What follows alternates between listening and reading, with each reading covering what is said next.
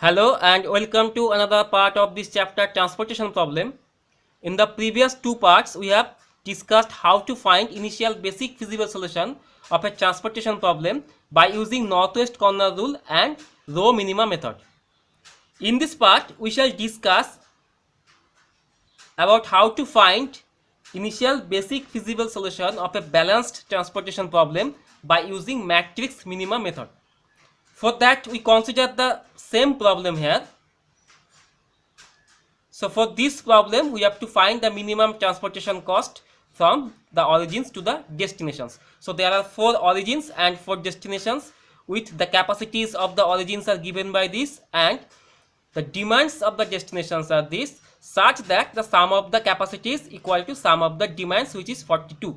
So this is a balanced transportation problem and the cost values are given by this matrix. So for this problem, we have to find initial basic feasible solution by using matrix minima method. Now let us find the initial basic feasible solution by using matrix minima method.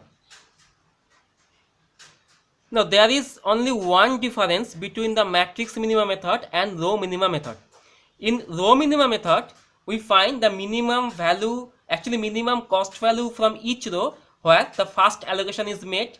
But in matrix minima method, we shall find the minimum cost value from this matrix where the first allocation will be made.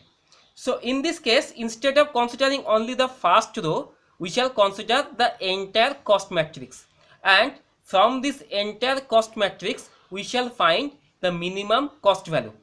Now here we find that the minimum cost value is 1, corresponding to this cell and corresponding to this cell also. So the first allocation can be made either on this cell or in this cell.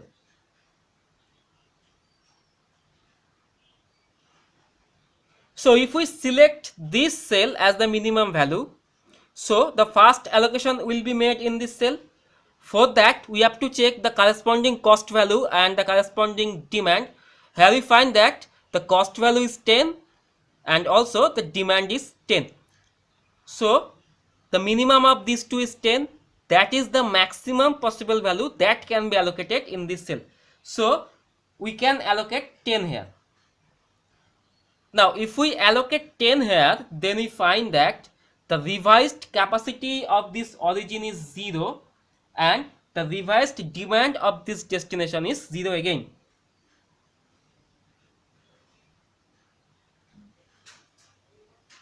So the capacity of the origin O2 is exhausted and also the demand of the destination D3 is met.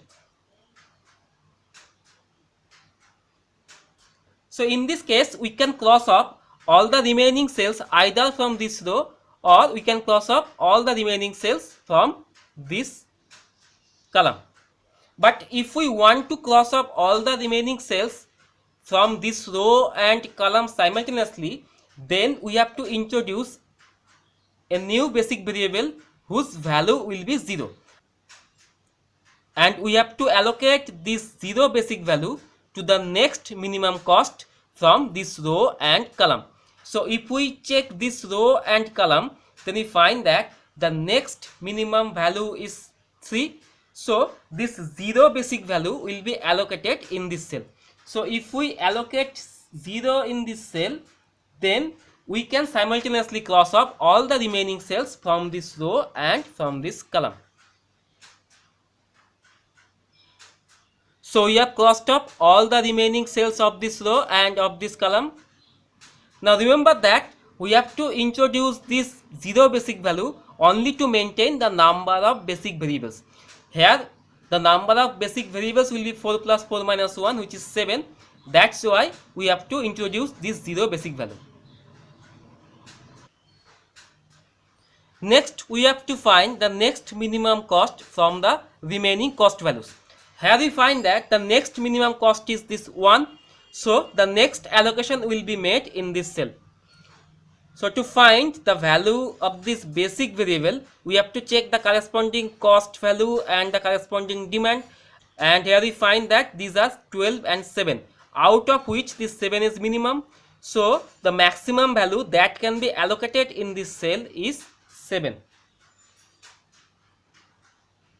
So if we allocate 7 here, then we find that the revised capacity of this origin O3 is 12 minus 7, which is 5 now, and the revised demand of this destination D4 is 7 minus 7, which is 0. So the demand of this destination is met. So we can cross off all the remaining cells of this column. So we have crossed off all the remaining cells of this column. Next, we have to find the next minimum cost from the remaining cost values. So only 6 cost values are left, out of which the minimum is 2. So the next allocation will be made in this cell.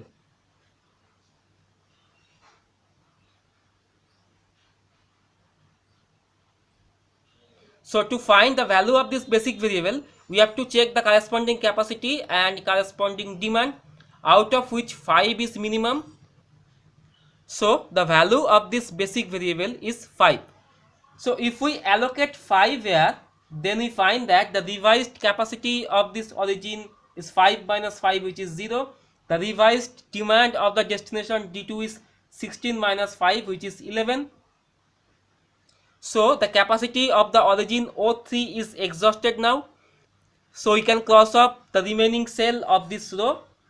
So here we have crossed off the remaining cell of this row. Now we shall find the next minimum cost among the remaining cost values.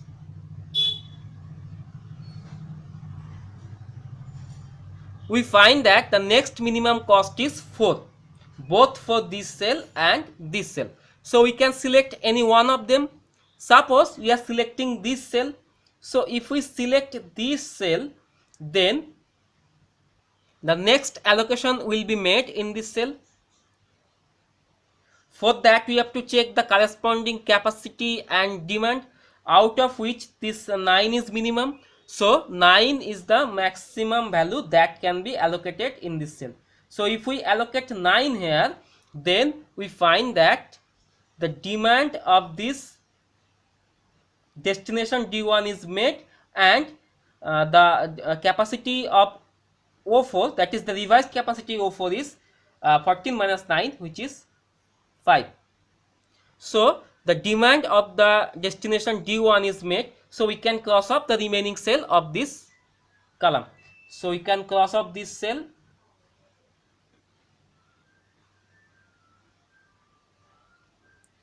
Now only 2 cells are remaining, this cell and this cell.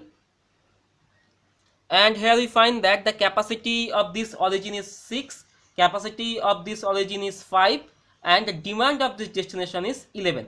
So we can simply allocate 6 here, and we can allocate 5 here. So now we have allocated 1, 2, 3, 4, 5, 6, 7 values. So these are the 7 basic variables, and all the remaining 9 variables are non-basic variables whose values are 0. So we can write the solution here. The value of x12, that is 6 here. The value of x23 is 10. The value of x32 is 5. The value of x33 is 0. The value of x34 is 7. The value of x41 is 9. And the value of x42, which is 5. So these are the values of basic variables. Now let us find the corresponding minimum cost. So if we find the corresponding minimum cost, that can be found by multiplying these basic variables with their corresponding cost. So this will be 6 into 6 plus 10 into 1 plus 5 into 2 plus 0 into 3 plus 7 into 1 plus 9 into 4 plus 5 into 6. That is equal to 129. So in this case, by matrix minima method, we have found that the initial basic feasible solution is this, where the corresponding minimum cost is 129. Now remember, this may not be the final optimal solution. This is only the initial basic feasible solution. In some later part, we shall learn how to find the final optimal solution. but this is only the initial basic feasible solution.